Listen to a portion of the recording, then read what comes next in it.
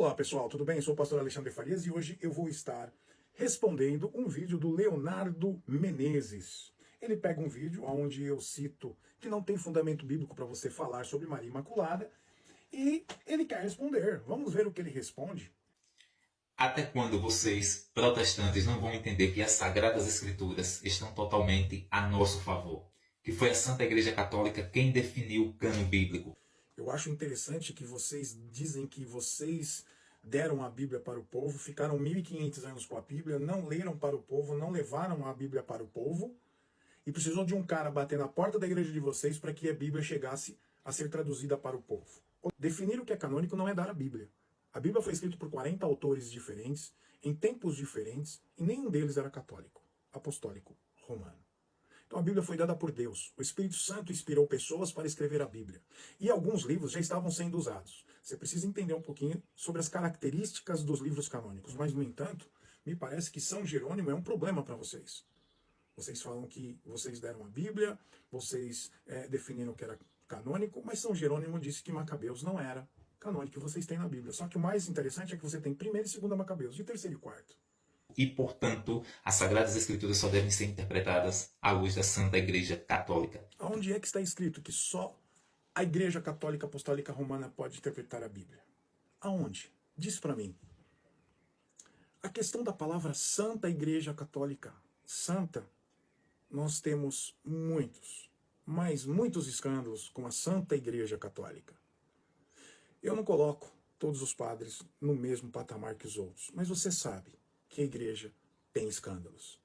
Para nós católicos é muito fácil provar a Imaculada Conceição de Maria, a virgindade perpétua de Nossa Senhora, todos os dogmas. Então, se é fácil, vamos às provas. Mas vocês são cabeça duras, são difíceis de entender as coisas. Nós não somos cabeça dura, nós somos bíblicos.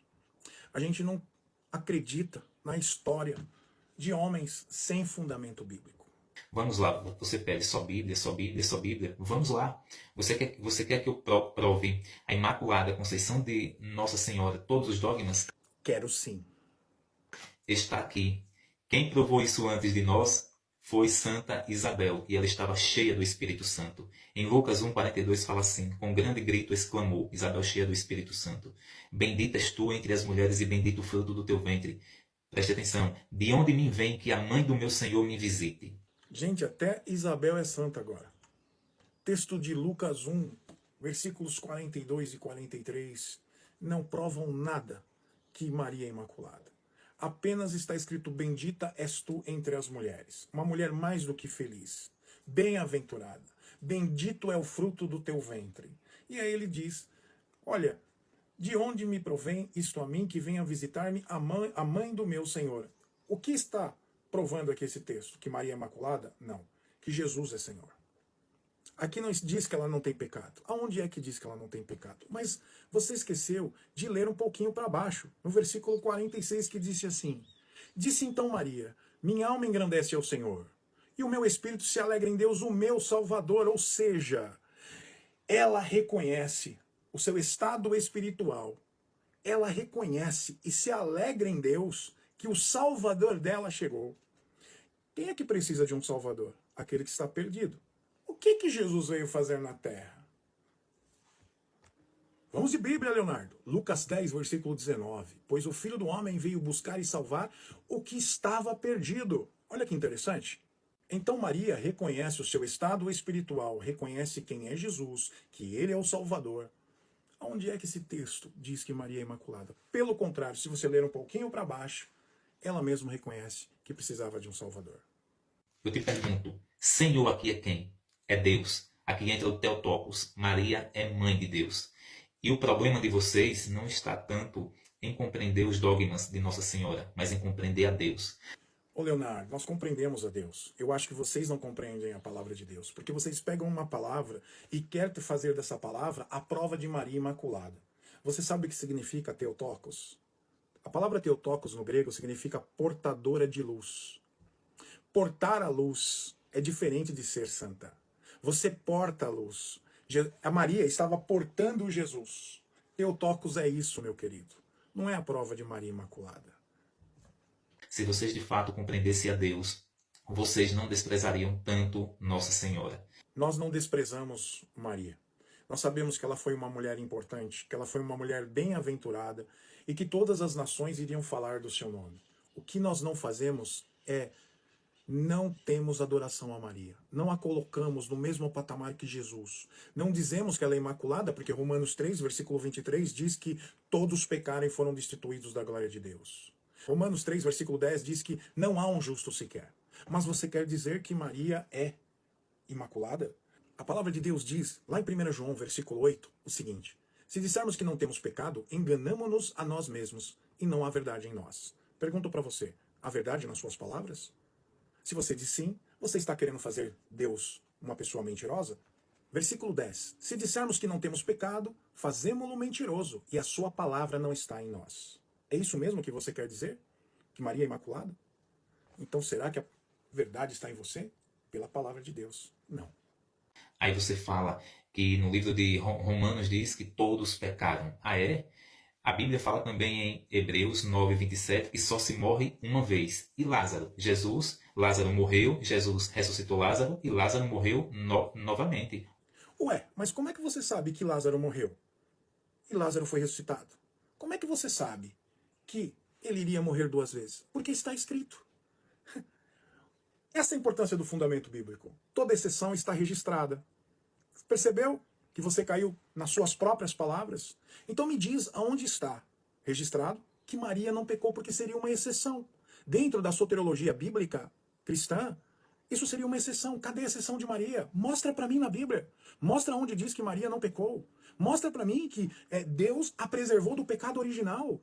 Porque a Bíblia diz que o pecado atingiu a toda a humanidade. Toda exceção precisa estar registrada. Mas cadê a exceção de Maria? Porque a Bíblia diz o seguinte em Romanos 5, versículo 12. Portanto, assim como por um homem entrou o pecado no mundo, e pelo pecado a morte, assim também a morte passou a todos os homens, porque todos pecaram. Interessante isso. Você só fica sabendo que Lázaro vai morrer 2 vezes porque está registrado. É uma exceção. Cadê a exceção de Maria, Leonardo? Até agora você não me provou nada. Ou seja, Lázaro morreu 2 vezes. Falta a exegese bíblica da parte de vocês. Que tipo de exegese você quer que eu tenha? Quando você nega uma verdade da soteriologia bíblica. O pecado entra no mundo por um homem, atinge toda a humanidade. A Bíblia diz que todos pecaram e foram destituídos da glória de Deus. E você vai me dizer que tem exegese para dizer que Maria é imaculada? Cadê o fundamento bíblico? Você deu apenas um versículo até agora. Citou um versículo que não provou nada. É isso mesmo? É a sua exegese? É assim que você lida com a exegese? Cadê a exceção de Maria? Você cita uma exceção de Lázaro, mas não cita de Maria. Por quê? Porque não tem, Leonardo. Não adianta fazer malabarismo teológico, não adianta, meu querido. Você não tem. Porque não tem. Porque todos pecaram. E não tem problema nenhum de Maria ter pecado. Porque ela foi salva em Jesus Cristo. Ela não era imaculada. Ela tinha pecado. Ela reconheceu o seu pecado. E eu acho que vocês são tão cabeça dura que vocês querem colocar Maria num patamar que ela nunca se colocou. Isso é idolatria. E você quer fazer comparação de Dimas, o ladrão, o bom ladrão que morre na cruz. Vamos ler a passagem do bom ladrão que ele disse. Um dos malfeitores... Bom, Lucas 23, versículo 39, tá bom? Um dos malfeitores crucificados blasfemava contra ele, dizendo, não és tu o Cristo, salva-te a ti mesmo e a nós também. Respondendo-lhe, porém, o outro, nem ao menos temes a Deus, estando sob igual sentença? Agora preste atenção, Leonardo. Nós, na verdade, com justiça, porque recebemos o castigo que os nossos atos merecem, mas este nenhum mal fez. Você tem ideia do que era uma morte de cruz? A morte de cruz era por asfixia. A morte de cruz era dolorido. Dá uma pesquisadinha aí, você vai entender. O cara reconhece que aquela morte era justa para ele. E você vai me dizer que ele é um bom ladrão? E foi salvo. E você quer dizer que Nossa Senhora não foi preservada do pecado original. Que o primeiro a ser salvo pelos méritos de Cristo na cruz foi o bom ladrão. Meu Deus do céu, quanta ignorância. Não é ignorância, meu amigo. É a palavra de Deus que diz isso. Mostra para mim a minha ignorância, mas com fundamento bíblico. Não é aquilo que você imagina e pensa. Porque você pode pensar qualquer coisa. E aqui, o que estava acontecendo? O sacrifício estava sendo feito. O cordeiro imaculado estava sendo imolado. E ele mesmo diz, está consumado. Mas este homem da cruz, este ladrão, ele diz, Senhor, só lembra-te de mim quando entrares no teu reino. E o Senhor Jesus diz, em verdade te digo que hoje estarás comigo no paraíso. Para haver salvação tem que ter oblação, tem que ter sacrifício. Leia Hebreus 10, você vai entender. Agora, o mais interessante é que vocês adoram tanto a Maria que colocam ela num patamar onde ela nunca quis estar. Quanta artimanha do demônio para desprezar a santidade de Nossa Senhora. A artimanha do demônio é aquela aonde coloca uma pessoa no mesmo patamar que Jesus de santidade. A artimanha do demônio é aquela que leva as pessoas a se ajoelharem diante de uma imagem e entenderem que ela orando, ela vai interceder por você. Existe uma artimanha do demônio que diz assim: por que tem que estar na Bíblia? Não, não precisa estar na Bíblia. Quando você retira a Bíblia de alguém, você retira a referência da verdade. Porque o próprio Jesus diz: conhecereis a verdade vos libertará. João 17:17, Jesus diz quem é a verdade. A tua palavra é a verdade. É a palavra de Deus é a verdade. Nossa Senhora foi salva por Cristo, mas foi salva antes de cair no pecado original. Então mostra na Bíblia para mim aonde está escrito isso. Isso vem da tua cabeça só. Vem da cabeça de um monte de católico, mas quando você pede base bíblica, vocês não têm. O grande problema de vocês é com a humanidade de Cristo. Vocês desprezam a humanidade de Cristo. Vocês não compreendem sobre a linguagem dos idiomas. Então nós entendemos a humanidade de Cristo. As duas naturezas de Cristo, a divina e a humana. É que vocês misturam tudo. Até mesmo a essência da natureza de Maria. Então, vocês falam tanto de Sagradas Escrituras, mas não entendem nada. Um povo de cabeça dura. E nós somos de cabeça dura. Vocês entendem tanto da Bíblia e você cita um versículo. Interessante. Só para a gente terminar o assunto, eu vou citar por que é que Maria não é imaculada para você. Vamos lá. Vamos entender um pouquinho por que só Jesus não pecou. Olha que interessante. Nós temos uma exceção. Jesus Cristo. Precisaria dizer que ele não pecou? Não. Mas a Bíblia cita. Por quê? Porque Romanos 5,12 diz: portanto, assim como por um só homem entrou o pecado no mundo e pelo pecado a morte, assim também a morte passou a todos os homens, porque todos pecaram. Então alguém pode pensar: então Jesus nasceu como homem e é um pecador. Não. A Bíblia diz, a Bíblia cita. Hebreus capítulo 4, versículo 15. Vamos lá. Porque não temos sumo sacerdote que não possa compadecer-se das nossas fraquezas. Antes, foi ele tentado em todas as coisas à nossa semelhança, mas sem pecado. Ou seja, Jesus, o Senhor e Salvador, aquela luz que estava dentro de Maria, a Bíblia cita que ele não pecou. Por que é que a Bíblia não citaria que Maria não pecou? Exceção? Exceção tem que estar registrada, meu amigo. Aí você vai para Romanos 3, versículo 10, diz assim: não há um justo sequer. Não há um justo sequer. E aqui está falando sobre as condições dos pecadores, dos homens. Paulo vai tratar, no capítulo 3, da questão do pecado da humanidade. Você não quer exegese? Você não quer hermenêutica? Então vamos que vamos. Paulo responde algumas perguntas e trata do pecado da humanidade. E aí ele vai falar: não há um justo sequer. No versículo 12, todos se extraviaram. A uma se fizeram inúteis, não há quem faça o bem, não há nenhum sequer. Aí você vai para o versículo 23 que diz assim: pois todos pecaram e careceram da glória de Deus. Amigo, isso é soteriologia bíblica. Soteriologia bíblica, plano de salvação, dogma da salvação, um plano de salvação. Porque o homem pecou. Lá em João 3, versículo 16, diz que Deus amou o mundo de tal maneira que deu o seu Filho unigênito para todo aquele que nele crer não pereça, mas tenha vida eterna. Jesus nasceu para quê?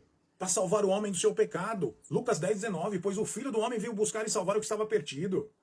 O próprio Paulo diz em 1 Timóteo 1, versículo 15, esta afirmação é fiel e digna de toda aceitação. Cristo Jesus veio ao mundo para salvar os pecadores, dos quais eu sou o pior. Se o pecado chegou a toda a humanidade, se todos pecaram e foram destituídos da glória de Deus, diz para mim onde está a exceção de Maria. Porque você falou da exceção de Lázaro, que morreu 2 vezes. Ok? Mas cadê a exceção de Maria? O mais interessante é que temos outras exceções. Temos outras exceções. Cadê a exceção de Maria? Cadê a Assunção de Maria? Você falou que ia responder o dogma de Maria. Cadê a Assunção de Maria? Quando pegar um vídeo, pelo menos tenha fundamento bíblico. Leonardo, cadê o fundamento bíblico de Maria Imaculada?